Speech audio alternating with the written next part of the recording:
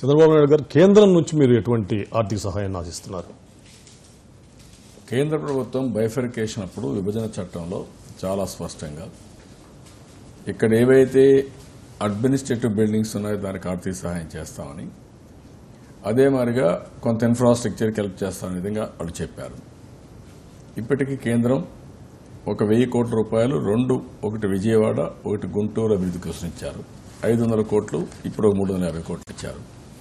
ఇంకా నేను వారిని కోరేది, చాలా డబ్బులు అవసరం దానికి, ఇన్ఫ్రాస్ట్రక్చర్కి, రోడ్లు ఇవన్నీ అవసరం. దీనికి కొంత సహకరించండి. మేము కూడా మొబిలైజ్ చేసుకుని, మేము కష్టాల్లో ఉన్నాం, మేము మొబిలైజ్ చేసుకుని ఏం చేయాలో చేస్తామని చెప్పి కోరాను. చేస్తారని చెప్పి ఆశిస్తున్నాం. కొంతమంది కావాలని చెప్తున్నారు, ప్రతి ఒక్కటి వాళ్లే ఇస్తామన్నారు, నేను తీసుకోవడం లేదు కూడా రకరకాలుగా మాట్లాడుతున్నారు. వీళ్ళకి ఏదైనా ఇన్ఫ్లుయెన్స్ ఉంటే చెప్పి మీరు ఏం బాధక్కర్లేదు, ఎంత కావాలని ఇస్తామంటే ఆ డబ్బులు తీసుకొచ్చి నేను డెవలప్ చేస్తాను, దాంట్లో బాధ లేదు. అంటే తెలివి తక్కువతనంతో ప్రజల్ని మభ్యపెట్టాలి, వీళ్ళు తెలివైన వాళ్ళు అనే విధంగా మాట్లాడుతున్నారు. ఇది మంచిది కాదు. అంతవరకు అది హితవు. సింగపూర్ ప్రభుత్వం మీద మరీ ఎక్కువగా ఆధారపడుతున్నాం అన్న నేను ఎవరిపైన ఆధారపడడం లేదు. అదే సమయంలో కొంతమంది అడిగినా చేయరు ఎవరు, అది కూడా గుర్తుపెట్టుకోవాలి. ఎందుకు నా మీద నమ్మకం ఉందంటే నేను ట్రాన్స్పరెంట్గా ఉన్నా. సింగపూర్ గవర్నమెంట్ ఉంది. సింగపూర్ గవర్నమెంట్ ఎక్కడైనా సరే అవినీతి ఉందా గవర్నమెంట్లో? ఎవరన్నా అవినీతి చేసినప్పుడు బయట వస్తాడా మళ్ళా తిరిగి? అలాంటి స్టబర్న్గా యాక్ట్ చేసే గవర్నమెంట్ సింగపూర్ గవర్నమెంట్. ఆ దేశంలో ఎక్కడ కరప్షన్ ఉండదు. అలాంటిది నేను చాలాసార్లు అడిగాను, టిప్పు కూడా తీసుకురా మనం ఇస్తే. అదే మరి ఎవరైనా రోడ్డు మీద చెత్తేస్తే కూడా వాడికి బోర్డు కట్టి పబ్లిక్ ప్లేస్లో వాడి దగ్గర క్లీన్ చేపిస్తారు, ఎంత పెద్దోడైనా. వాళ్ళు ఒక క్రమశిక్షణ, ఒక పద్ధతి, ఒక డిసిప్లిన్తో వెళ్ళిపోయారు. ఈరోజు నా మీద నమ్మకం ఏంటి? ట్రాన్స్పరెన్సీ, ఒక పద్ధతి ప్రకారం ఉంటుంది. దాని మీద నమ్మకంతో వాళ్ళు వచ్చారు. నేను జపాన్ గవర్నమెంట్ ఉంది, వాళ్ళు కొంతమంది ముందుకు వచ్చే పరిస్థితికి వచ్చారు. చైనా ఒక డెలిగేషన్ వచ్చింది. వీళ్ళందరూ ఎందుకు అని మళ్ళా కూడా రావచ్చు. కొంతవరకు వాళ్ళు వస్తే ఇన్వెస్ట్మెంట్లు వస్తాయి, కల్చర్ మారుతుంది, టెక్నాలజీ వస్తుంది. అక్కడి నుంచి మనం పికప్ చేయడం ఈజీ అయిపోతుంది. ఈ రెండు ఇంటిగ్రేషన్ జరగాల్సిన అవసరం ఉంది. ఆ ఉద్దేశంతో నేను పోతున్నాను తప్ప ఒక్క సింగపూర్ గవర్నమెంట్ పైనే పూర్తిగా ఆధారపడుతున్నది వాస్తవం కాదు. కానీ రాజధాని నిర్మాణంలో ఇంత పెద్ద ప్రభుత్వ శాఖలు, ప్రభుత్వ సిబ్బంది, అధికారులు అనేక మంది ఉన్నారు. వాళ్ళని పక్కన పెట్టి కేవలం కన్సల్టెన్సీస్ మీద ఎక్కువ ఆధారపడుతున్నారు అనేది ఒక అభిప్రాయం. మనం ఎన్ని సీట్లు కట్టాం? ఏ సీట్లు ఎట్లున్నాయి? కారణం ఏంటి? విజయవాడ ఎంత బ్యూటిఫుల్ ప్లేస్ ఇది, కెనాల్స్ సిటీ ఇది. 3-4 కెనాల్స్ దేశంలో ఎక్కడ పోవు, మధ్యలో పోతాయి. ఏమైంది ఈ విజయవాడకి? విశాఖపట్నం ఏమైంది? విశాఖపట్నం బ్యూటిఫుల్ సముద్ర తీరం. అలాంటి కోస్ట్ ఉండేది ఎక్కడ, బ్రహ్మాండమైనటువంటి ఉండేది ఎక్కడ, మొత్తం స్లమ్ నీళ్ళన్నీ కూడా సీలోకి వచ్చే పరిస్థితికి వచ్చింది. నేను ఇండియాని తక్కువ అంచనా వేయడం, నాలెడ్జ్ ఉంది ఇండియాలో, మీరు గుర్తుపెట్టుకోవాలా. ఈరోజు ప్రపంచంలో సీఈఓస్ అంతా ఎవరు?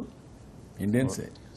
Microsoft, Google, PepsiCo, Cognizant, SoftBank, you name any, అందరూ ఇండియన్సే. కానీ అదే ఇండియన్స్ ఇండియాలో పనిచేయలేకపోతున్నారు. ఎందుకు? మన దేశంలో ఒక సింగపూర్ లాంటి, టోక్యో లాంటి, లేకపోతే ఇంకోటి లేదు. ఎందుకు డెవలప్ చేయలేకపోయాం? చిన్న దేశాలు డెవలప్ చేశారు. ఇక్కడ అన్నిటికీ రాజకీయాలు చేసి మనం కూడా స్కిల్ అండ్ కెపాసిటీ బిల్డింగ్ చేసుకోవాలంటే మనలో ఉండే నైపుణ్యాన్ని పెంచుకోవడం, అక్కడి నుంచి బెస్ట్ ప్రాక్టీసెస్ ప్రపంచం లేకుండా తీసుకోవడం, అవి ఇవి ఇంటిగ్రేట్ చేసి చేసుకుంటూ పోతే కొంత సమయానికి మనం కూడా ఇంటర్నేషనల్ స్టాండర్డ్స్ వస్తాయి, మన వాళ్ళు ఇంకా బాగా చేయగలుగుతారు. ఆ అవకాశాలు ఇవ్వాల్సిన అవసరం ఉంది. ఆ స్కిల్, ఆ యొక్క అభివృద్ధి అంటే కెపాసిటీ బిల్డింగ్లో మనం ముందు తీసుకుపోవాలి. కానీ ఇప్పుడు రాజధాని నిర్మాణం కోసం సేకరించిన స్థలం ఏదైతే ఉందో, ఈ భూమి అంతా కూడా పెద్ద పెద్ద ఆకాశ ఆర్మేయాలు నిర్మించడానికి అనువుగా ఉందని మీరు భావిస్తున్నారా? లేదా ల్యాండ్ ఫ్రగైల్గా ఉంది అన్న ఒక ఇది కూడా వస్తూ ఉంది? అది కూడా కరెక్ట్ కాదు. అన్ని టెస్టులు కూడా చేశాం, అదంతా కరెక్ట్ కాదు. One of the best land ఇది, ఆ బాధ లేదు. కాబట్టి అన్నీ కూడా ఏ విధంగా ఉపయోగించుకోవాలో మనం ఉపయోగించుకునే అవకాశం ఉంటుంది. మనకు ల్యాండ్ కూడా తక్కువ ఉంటుంది. రెండోది కూడా మీరు చూస్తే ల్యాండ్ యూటిలైజేషన్ ప్రాపర్గా చేసి గ్రీన్ కవర్, పచ్చదనాన్ని కూడా ప్రొటెక్ట్ చేసుకోవాలి. అప్పుడే ఆ వాతావరణంలో పనిచేయడానికి కానీ లేకుంటే ఒక మంచి అనుకూలమైనటువంటి పరిస్థితులు వస్తాయి. నేచర్ని కాపాడుకోవాలి, గ్రీనరీ పెంచుకోవాలి, ప్రజలు కూడా తిరగడానికి కానీ ఉండడానికి లంగ్ స్పేస్ ఉండాలి. అట్ ది సేమ్ టైం లివబుల్గా ఉండాలి. వాళ్ళు నివసించడానికి అనుకూలమైనటువంటి ఆహ్లాదకరమైనటువంటి వాతావరణం తీసుకొస్తే ఎక్కువ మంది వస్తారు ఇక్కడికి. ఆ యాంగిల్లో ముందుకు పోతాం. ఇప్పుడు రాష్ట్రంలో ఇప్పుడు రాయలసీమ కొంచెం రాజధానికి దూరంగా ఉంది. ఇటు ఉత్తరాంధ్రకు వచ్చినప్పుడు కొద్దిగా రాజధానికి దూరంగా ఉంది. ఈ ప్రాంతాన్ని రాజధానితో ఏ రకంగా కనెక్ట్ చేయబోతున్నారు? ఇప్పుడు మామూలుగా ఢిల్లీ కూడా ఉంది, ఒక మూల ఉంది.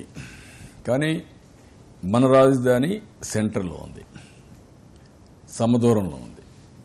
అటు శ్రీకాకుళం నుంచి ఇటు కానీ, ఇటు కర్నూలు నుంచి ఇటు కానీ రెండు కూడా ఈక్వల్ డిస్టెన్స్లో ఉంది. అదే మరిగా ఎక్కడికక్కడ శ్రీకాకుళం టు నెల్లూరు 9 జిల్లాల్లో నేషనల్ హైవే కనెక్ట్ అయింది, అన్ని జిల్లా హెడ్ క్వార్టర్స్కి వచ్చింది. రాయలసీమకి తిరుపతి కొన్ని రోడ్లు వచ్చాయి. అదే మరిగా అనంతపూర్ కర్నూలుకి నేరుగా ఎక్స్ప్రెస్ రోడ్ ఒకటి వేసుకోవాలి. దానికి గవర్నమెంట్ ఆఫ్ ఇండియా కూడా ఒప్పుకున్నారు. అది వస్తే ఒక మాటలో చెప్పాలంటే శ్రీకాకుళం కంటే ఇది దగ్గర అవుతుంది, కర్నూలు దగ్గర అవుతుంది, అనంతపూర్ దగ్గర అవుతుంది, చిత్తూరు దూరం అవుతుంది మళ్ళీ. ఎందుకంటే లొకేషన్ వైజ్ చిత్తూరు దూరం అవుతుంది, కుప్పం అన్నిటికంటే దూరం అవుతుంది, ఇచ్చాపురం అన్నిటికంటే దూరం అవుతుంది. అదే మరి కడపను కూడా కనెక్ట్ చేసుకోవాలి. దీనికంతా రోడ్ నెట్వర్క్ పెట్టాం, ట్రైన్ నెట్వర్క్ పెట్టాం. అదే మరి విమానాశ్రయాలు కూడా కనెక్ట్ చేస్తున్నాం. ఇవన్నీ కనెక్ట్ చేయగలిగితే చాలా ఈజీగా సుజావుగా ఎవరొచ్చినా చాలా తొందరగా రావాలంటే తక్కువ సమయంలో వచ్చేట్టుగా ఎక్సలెంట్ రోడ్ నెట్వర్క్ తయారు చేస్తున్నాం. ఇప్పుడు మొత్తం సిఆర్డీఏ పరిధి దాదాపుగా 8,200 స్క్వేర్ కిలోమీటర్స్ ఉంది ముఖ్యమంత్రి గారు. ఈ మొత్తం పరిధిలో ఏ రకంగా డెవలప్మెంట్ అనేది ఉంటుంది? ఎందుకంటే దాదాపు 20 లక్షల ఎకరాల వ్యవసాయ భూమి ఈ పరిధిలో ఉండబోతోంది. మోర్ దెన్ దట్ ఆల్సో ఈ డెవలప్మెంట్ ఏ రకంగా ఉండబోతుంది? ఇవన్నీ కూడా 3 ప్లాన్స్ ఇప్పుడు తయారు చేశాం. ఒకటి capital region, capital city, 3 seed capital. Capital region వస్తే ఔటర్ రింగ్ రోడ్డే ఒక 180 కిలోమీటర్లు 185 కిలోమీటర్లు రింగ్ రోడ్ వస్తుంది. దాని కింద ఇన్నర్ రింగ్ రోడ్డు, ఇంకొక రింగ్ రోడ్డు, ఇవన్నీ వస్తాయి. అక్కడి నుంచి మీరు చూస్తే నేరుగా సెటిలైట్ టౌన్ కూడా వస్తుంది.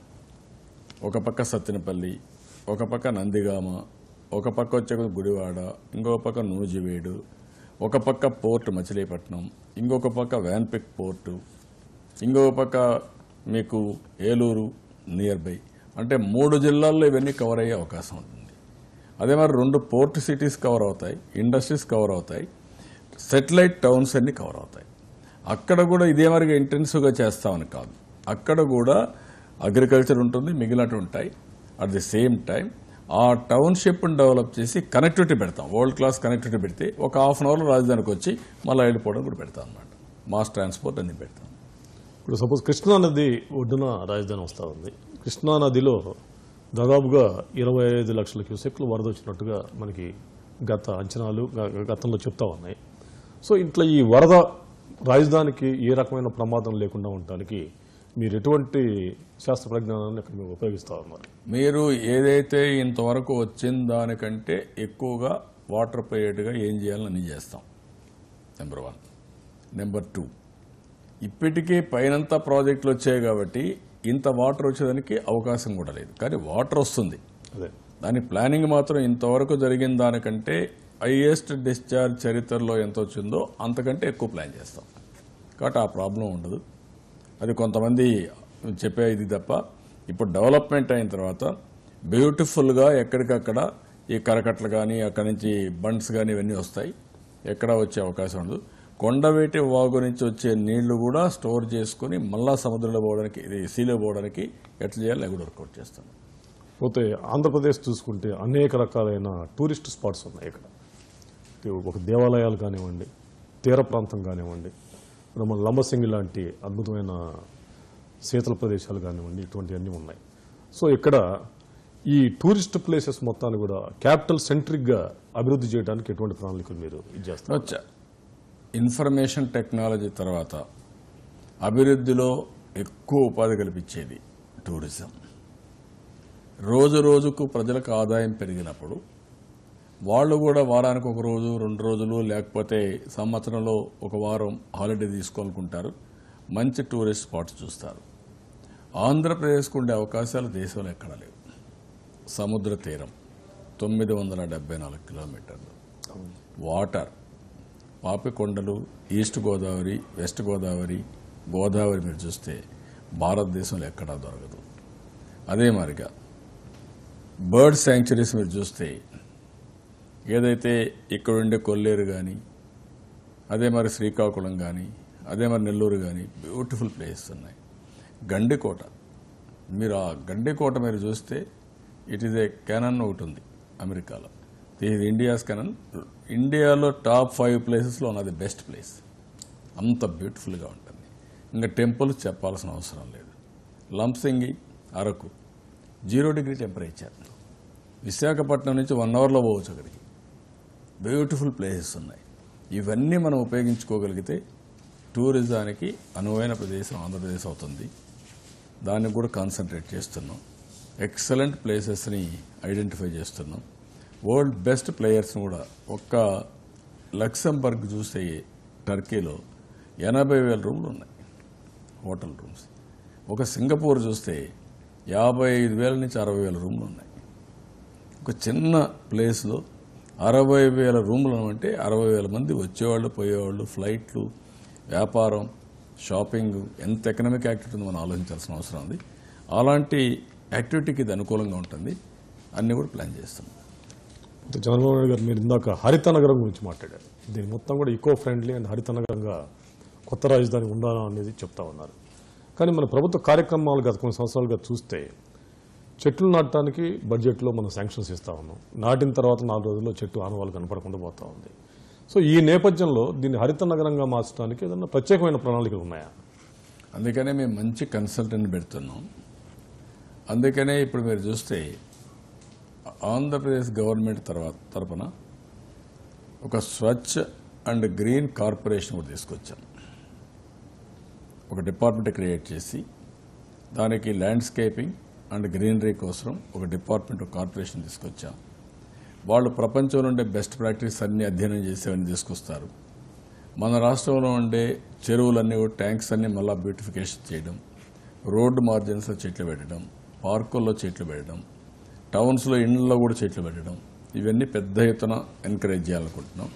ఫారెస్ట్ని కూడా ఇప్పుడు రాను రాను మీకు ఏమైందంటే ఫారెస్ట్ పైన ప్రెషర్ తగ్గింది. ఒకప్పుడు వంట చేయాలంటే ఫారెస్ట్ బి తేవాలి, మడకలు దున్నాలి, నాగలి పట్టాలంటే మళ్ళా బి ఫారెస్ట్ బి కట్టు రావాలి, ఇల్లు కట్టాలంటే ఫారెస్ట్ బి వుడ్ తేవాలి. ఇప్పుడు అన్ని రెడీమేడ్ ఫర్నిచర్ వచ్చాయి, మోడర్నైజేషన్, మెకనైజేషన్లో ట్రాక్టర్లు, ఎక్విప్మెంట్స్ వచ్చేసాయి, గ్యాస్ వచ్చేసింది. కాబట్టి మొన్న నేను విశాఖపట్నంలో చెట్లన్నీ పడిపోయి అన్నీ పోతే కట్టి కొట్టి అన్ని పెట్టి రెడీ చేసి తీసేపోమంటే ఎవరు తీసేపోవాలి, అమ్మకానికి కూడా పోవాలి. ఆ వుడ్ ఎందుకు, కనీసం అంతమంది ఫైర్ వుడ్ కన్నా పోయేది. ఈసారి ఫైర్ వుడ్ కూడా తీసుకుని వాళ్ళలేదు. కాబట్టి గ్రీనరీ డెవలప్ చేయడానికి చాలా అవకాశాలు ఉన్నాయి, మనం చేయలేకపోయాం. హరిత ఆంధ్రప్రదేశ్ నా లక్ష్యం. ఎక్కడికక్కడ బ్యూటిఫుల్ ప్లేసెస్ తయారు చేయాలని. అందుకనే ఇప్పుడు మీరు విజయవాడ, విశాఖపట్నం చూసి, తిరుపతి చూసి స్టార్ట్ అయింది. ఇప్పుడే అన్ని నగరాలు ఇదే మరి తయారు చేస్తాం. అన్ని జిల్లాలు ఉండే హెడ్ క్వార్టర్స్ కానీ, అదే మరి అన్ని సిటీస్ కానీ 3 రీజనల్ హబ్స్ తయారు చేస్తాం. కర్నూలు మనకు ఒకప్పుడు రాజధానిగా ఉంది, దాన్ని కూడా డెవలప్ చేస్తాం. అనంతపూర్ బెంగళూరుకు ప్రాక్సిమిటీ ఉంది, దాన్ని డెవలప్ చేస్తాం. ఈ విధంగా మొత్తం పెట్టుకుని ఇప్పుడు విజయనగరం, శ్రీకాకుళం ఓన్లీ మున్సిపాలిటీస్ అవి కూడా కార్పొరేషన్ చేస్తున్నాం. ఇవన్నీ చేసి ఒక డెవలప్మెంట్ ఫాస్ట్ ట్రాక్లో పెడతాం. పోతే మీరు కానీ ప్రధానమంత్రి గారు కానీ ఈ మధ్య యూత్ గురించి చాలా ఎక్కువ ఎంఫసైజ్ చేస్తూ ఉన్నారు. ప్రతి మీటింగ్లో కూడా యూత్ బాగా సద్వినియోగం చేసుకుంటే సంపద సృష్టి జరగడానికి అవకాశం ఉందనేది మీ భావన. సో ఈ కొత్త రాజధాని వస్తున్న నేపథ్యంలో ఉపాధి అవకాశాలు కల్పించడానికి ఏదైనా ఒక ప్రత్యేకమైన కార్యక్రమాన్ని మీరు చేస్తూ ఉన్నారా?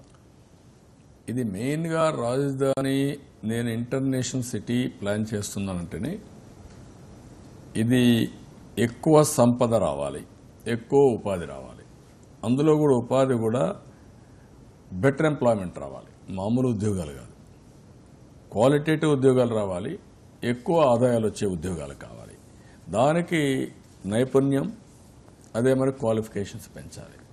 అందుకే నాలెడ్జ్ సొసైటీలో, నాలెడ్జ్ బేస్డ్ ఎకానమీలో ఎవరైతే బాగా చదువుకున్న వాళ్ళకి అవకాశాలు వస్తాయి, అలాంటి వరల్డ్ క్లాస్ ఇన్స్టిట్యూషన్స్ తేవడం, స్కిల్ బిల్డింగ్ చేయడం, అలాంటి నాణ్యమైన ఉద్యోగాలు, మెరుగైన ఎక్కువ ఆదాయం వచ్చే ఉద్యోగాలు క్రియేట్ చేస్తాం. ఇక్కడ బేస్ చేసుకొని ఆంధ్రప్రదేశ్ రాష్ట్రాన్ని ఒక నాలెడ్జ్ స్టేట్గా తయారు చేస్తాం. నాలెడ్జ్ స్టేట్గా తయారైనప్పుడు చాలా ఇండస్ట్రీస్ వస్తాయి. హార్డ్వేర్, లేకపోతే information technology, food processing, mineral based economy, pharma industry, ఇలాంటివి అక్వా, చాలా సెక్టర్స్ మేము ప్లాన్ చేస్తున్నాం. దానికి ఎంప్లాయ్మెంట్ వచ్చినప్పుడు సర్వీస్ సెక్టర్ ఆటోమేటిక్గా బూమ్ వస్తుంది. టూరిజం, హోటల్ ఇండస్ట్రీ, లేకపోతే మీకు ఫుడ్ ఇండస్ట్రీ, లేకపోతే మీకు హాస్పిటల్స్, అంటే ఎడ్యుకేషన్, లేకపోతే బ్యాంకింగ్ సెక్టర్, ఐటీ సెక్టర్, ఇవన్నీ కూడా సపోర్టింగ్ ఇండస్ట్రీస్ విపరీతంగా వస్తాయి. దట్ ఈస్ హౌ ప్రపంచం అంతా ఎకానమీ అభివృద్ధి అయింది. సేమ్ థింగ్ ఇక్కడ కూడా జరుగుతుంది. దానికే ప్లాన్ చేస్తాను. కానీ చాలా పట్టణాలను చూస్తే కాలుష్య కాసారాలుగా మారిపోయినాయి. ఏ పెద్ద పట్టణం చూసినా సరే ఎక్కడో 4-3 వీధులు తప్పితే కానీ పెరిఫరల్గా చుట్టూ ఉండే ప్రాంతాలు విపరీతంగా కాలుష్యంతో బాధపడుతూ ఉన్నాయి. అటువంటి కాలుష్యాన్ని కొత్త రాజధానిలోకి రాకుండా చేయడానికి నిర్దిష్టమైన ప్రణాళికలు ఏమిటి? దానికోసం చాలా స్పష్టంగా పెట్టుకున్నాం. ఎక్కడికక్కడ కాలుష్య నివారణ కోసం వాక్ టు ఆఫీస్ అంటే ఇంట్లో నుంచి నేరుగా నడిచిపోయి ఆఫీసుకి పనిచేసుకుని ఇంటికి వచ్చేది లేదు. సైకిల్ పాత్, సైకిల్లో పోయి హ్యాపీగా వచ్చేది. 3, వాటర్ ట్యాక్సీ, దీంట్లో కూడా పొల్యూషన్ ఉంది. ఇది కాకుండా ఎక్కడికక్కడ మాస్ ట్రాన్స్పోర్టేషన్, ఏదైతే మాస్ ట్రాన్స్పోర్ట్లో మీకు అర్బన్ ట్రాన్స్పోర్ట్, మెట్రో, లేకపోతే బస్సెస్, ఇవన్నీ ఎట్లా ఇంటిగ్రేట్ చేయాలి, ఇలాంటివన్నీ వర్కౌట్ చేస్తున్నాం. ఒక పద్ధతి ప్రకారం ఇవన్నీ చేయగలిగితే ఇప్పటి నుంచే ప్లాన్ చేస్తే చాలా వరకు ఉపయోగపడుతుంది.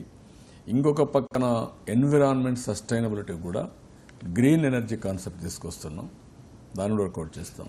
అంటే ప్రపంచంలో ఎక్కడ ఏ బెస్ట్ ప్రాక్టీసెస్ అన్నీ తీసుకొని ఒక మోస్ట్ లివబుల్ సిటీ, ప్రతి ఒక్కరూ నివసించడానికి ఆమోదయోగ్యం, ఆనందదాయకమైనటువంటి సిటీగా నిర్మాణం చేయడానికి ఏమేమి ఉన్నాయో అన్ని ఆలోచన చేస్తాం.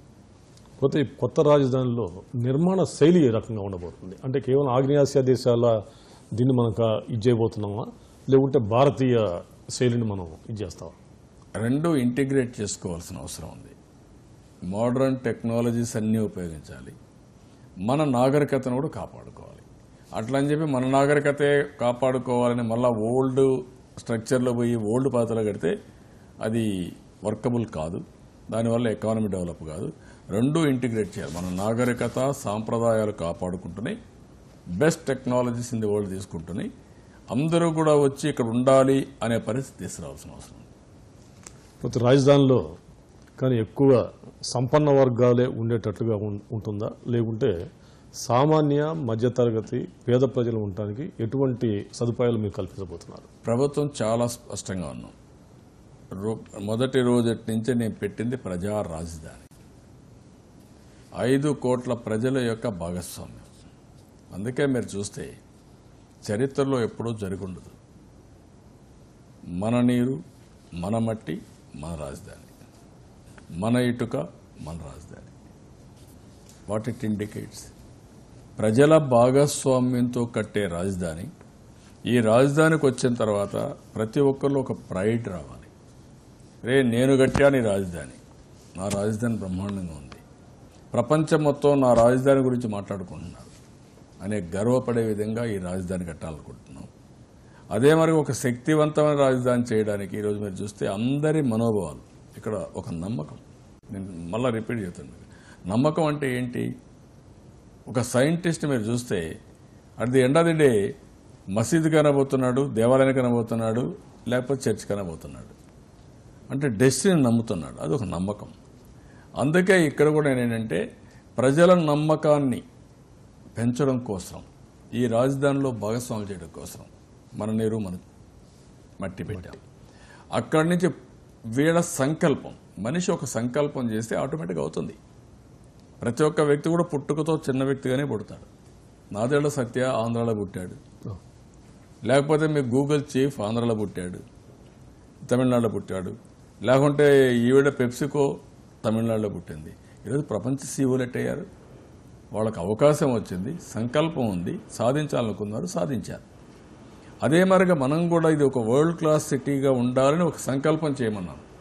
ఆ సంకల్ప పత్రాన్ని కూడా రాయమన్నాం.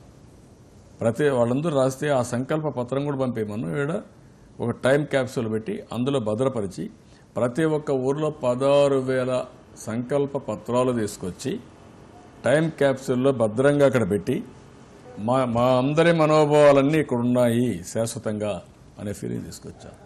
మూడోది, ప్రతి ఒక్కరూ దేవుణ్ణి నమ్ముతారు. హిందువులు కానీ, క్రిస్టియన్లు కానీ, లేకపోతే ముస్లిమ్స్ కానీ. వాళ్ళ యొక్క దేవుళ్ళ యొక్క ప్రార్థనలు కూడా చేయమన్నాం. దైవబలం కూడా అడగాలి దీనికి. మానవ సంకల్పం, అదే మాదిరిగా మీ యొక్క నమ్మకం, అదే మాదిరిగా దేవుళ్ళ యొక్క బ్లెస్సింగ్స్, ఆశీర్వాదాలు అవి కూడా తెమ్మన్నాం. అన్నీ తీసుకొచ్చి ఇక్కడ పెడుతున్నాం. అంటే ఒక శక్తివంతమైన, దీనికంటే ఇంక శక్తి ఉంటుంది ఈ యొక్క సిటీకి. ఇంతమంది మనోభావాలు ఉండి, ఇంతమంది బ్లెస్సింగ్స్ ఇచ్చి, ఇన్ని దేవుళ్ళు, కొన్ని వేల మంది దేవుళ్ళందరూ బ్లెస్ చేసిన తర్వాత దీనికంటే పవర్ఫుల్ సెంటర్ ఏది ఉంటుంది? చంద్రబాబు నాయుడు గారు వాస్తవవాది, కానీ దేవుడి మీద ఎక్కువ డిపెండ్ అవుతున్నారు. దేవుడిని, మనిషిని నమ్ముతున్నా. నువ్వు దేవుడిని నమ్మినప్పుడు ఆ దేవుడిని యొక్క ఆశీర్వాదాలు కూడా తీసుకుందామని మీ నమ్మకాన్ని పెంచుతున్నాను. నేను వాస్తవవాది, అందుకే ప్రజల నమ్మకం వాస్తవం. ప్రజల నమ్మకం దేని మీద ఉంది? దేవునిపైన కూడా ఉంది. ఆ దేవుని బ్లెస్సింగ్స్ లేకుంటే అవన్నీ అవసరం.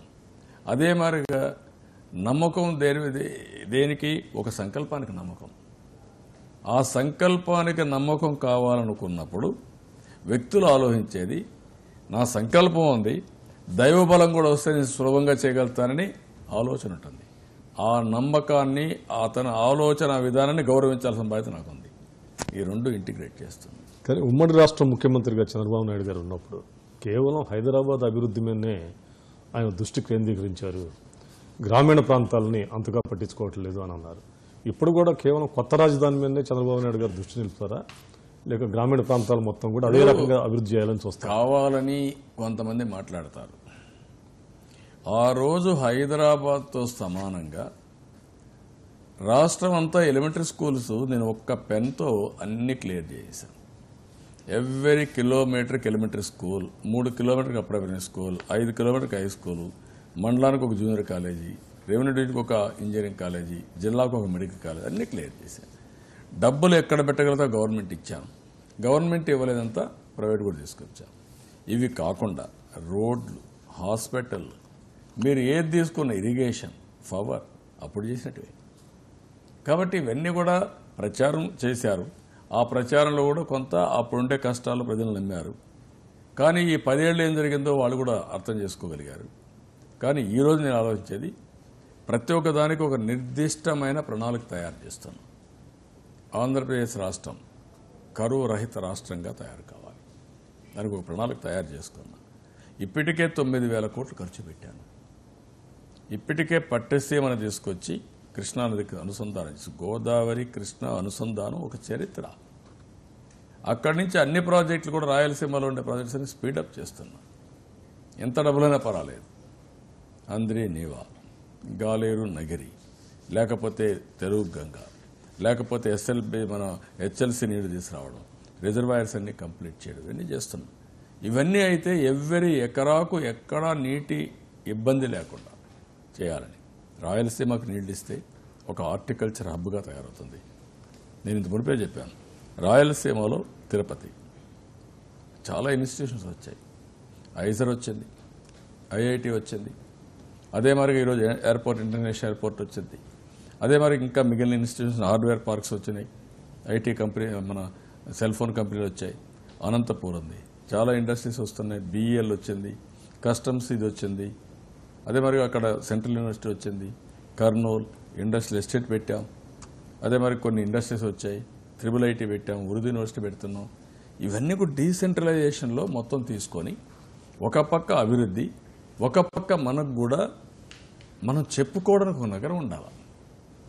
అందరూ మాకు బెంగళూరు ఉంది, మాకు చెన్నై ఉంది, మాకు హైదరాబాద్ ఉంది, మాకు ముంబై ఉందని చెప్పుకుంటే మనం లేదేదో మాకు 16 ఊర్లు ఉన్నాయి అని చెప్పుకుంటామా? కాదు. ఆ గర్వం ఉండాలి. అదే మరి వికేంద్రీకరణలో అభివృద్ధి జరగాలి. రెండు ఇంటిగ్రేట్ చేసి సమ్మేళనం చేయాలి. కానీ అమరావతి ఒకవైపు ఒక బ్రహ్మాండమైన పట్టణంగా మీరు చెప్తా ఉంటే కళ్ళ కనపడతా ఉంది. కానీ చుట్టే ఉన్న తాడేపల్లి కానీ, మంగళగిరి కానీ, విజయవాడ కానీ, గుంటూరు కానీ ఇవన్నీ కూడా చాలా పాత వాసనతో ఉన్నాయి. వాటితో పాటు వీటిని ఏ రకంగా డెవలప్ చేయబోతున్నారు? ఆటోమేటిక్గా ఒకటి కాదు, నేను చెప్పినటువంటి అన్ని టౌన్స్ కూడా ఈరోజు రాను రాను అప్గ్రేడ్ అయిపోతాయి. మనిషి యొక్క ప్రవర్తన ఏంటి? డబ్బులు లేకపోతే గుడిసె వేసుకుంటాం, అవును.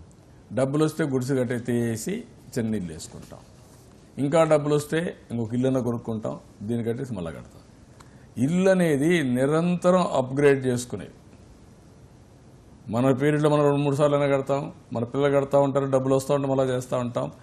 నిత్యావసర వస్తువుల తర్వాత మనిషికి కావాల్సిన అవసరాలు తీర్చుకున్న తర్వాత every person is thinking to have a better house. That is a dream. రెండోది, construction of houses is economic activity. మళ్ళా ఇండ్లు కట్టడం అనేది ఆర్థిక వ్యవస్థని పెంచడానికి మనకు వస్తుంది, ఉపాధి. రెండోది జిఎస్టిపి, ఆదాయం. ఇవన్నీ ఇంటిగ్రేట్ అవుతాయి.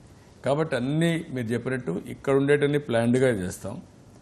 ఆల్ సిటీస్ని, మన జిల్లా హెడ్ క్వార్టర్స్ కూడా డెవలప్ చేస్తాం. ఇప్పుడు 13 జిల్లాల్లో 13 అర్బన్ వనాలు కూడా తయారు చేస్తున్నాం. 13 దీంట్లో కన్వెన్షన్ సెంటర్స్ పెడుతున్నాం. అందులో హోటల్స్ కానీ, ఎగ్జిబిషన్ కానీ, కన్వెన్షన్ కానీ, ఎంటర్టైన్మెంట్ కానీ ఇవన్నీ పెడుతున్నాం. లైక్ దట్ ఏ విధంగా అక్కడ డెవలప్ చేయగలుగుతాం అన్నీ తీసుకొని, అక్కడ ఉండే రిసోర్సెస్ తీసుకొని డెవలప్మెంట్ కోసం నాంది పలుకుతున్నాం. సైమల్టేనియస్గా అమరావతి సమానంగా అన్ని డెవలప్ అవుతాయి. మీరు ఇప్పుడే ప్రస్తావించారు, ఇటు సత్యానాదేళ్ల గారు కానివ్వండి, ఇటు గూగుల్ చీఫ్ కానివ్వండి, పెప్సికో చైర్మన్ కానివ్వండి, కాగ్నిజెంట్ వీళ్ళ దగ్గర నుంచి ఏమైనా నిర్దిష్టమైన హామీలు కొత్త రాజధానిలో వాళ్ళ సంస్థలు ఓపెన్ చేయడానికి పొందారు మీరు? నేను ఇంకా మాట్లాడలేదు, మాట్లాడతాం. ఎందుకంటే ఈరోజు ప్రతి ఒక్కరి సహకారం అవసరం. నాకు ఎంతమంది సహకరిస్తే అందరి సహకారం తీసుకొని మనం ముందుకు పోవాలి. ఫస్ట్ ఆఫ్ ఆల్ ఎవరిని రమ్మన్నా ఇక్కడ ఒక డైనమిక్ సిచ్యువేషన్ లేకపోతే ఎవరు రారు. ఒకప్పుడు హైదరాబాద్కి ఎవరు రాలా. బిగినింగ్లో నేను హైదరాబాద్ రమ్మంటే నన్ను చూసి ఎట్లా రావాలని చెప్పమన్నారు. హైదరాబాద్ రావాలంటే నేను చెప్పాను, మీరు బాంబేకి రండి, ఢిల్లీకి రండి, రాత్రి పడుకోండి, తెల్లవారితో ఫ్లైట్లో రండి, మళ్ళా బొమ్మని. అయితే నేను బాంబేలో ఢిల్లీలో వ్యాపారం చేసుకుని పోతాను, మీ ఊరికి ఎందుకు రావాలని అడిగారు. హైదరాబాద్ అంటే హైదరాబాద్ ఎక్కడ, పాకిస్తాన్లో ఉండే హైదరాబాద్ అని అడిగారు. That were the days. అలాంటిది డెవలప్ అయింది. రేపు ఇంతే ఉంటుంది. మనం చేసుకుంటూ పోతే అందరూ వస్తారు, వెల్ విషర్స్ వస్తారు, కొంతమంది మన మీద అభిమానంతో వస్తారు, కొంతమంది ఈ దేశం పైన అభిమానంతో వస్తారు, కొంతమంది అవకాశాల కోసం వస్తారు. అందరూ కలిసి అభివృద్ధి చేస్తారు.